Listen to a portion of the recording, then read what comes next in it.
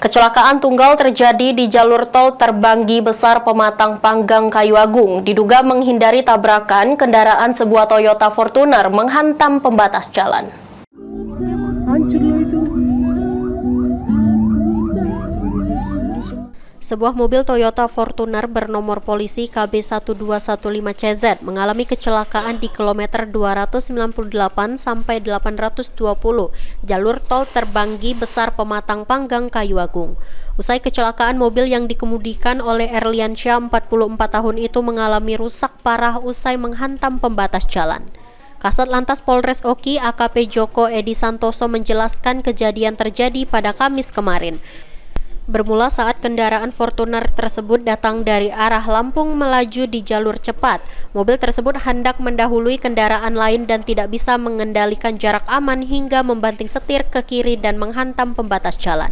Tidak ada korban jiwa dalam peristiwa ini, namun 3 penumpang mengalami luka-luka dan sudah dirawat di Rumah Sakit Kayu Agung. Kendaraan yang kita temukan di TKP kendaraan Fortuner plat B1215CZ.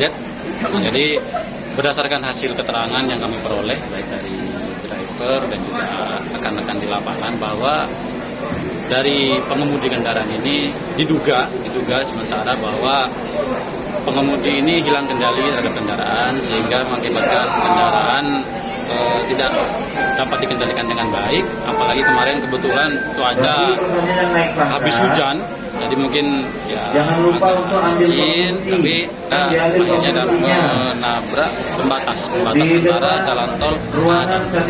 Untuk keadaan pengemudi dan juga penumpang yang ada di dalam kendaraan mengalami luka-luka dan sedang menuju ke rumah sakit.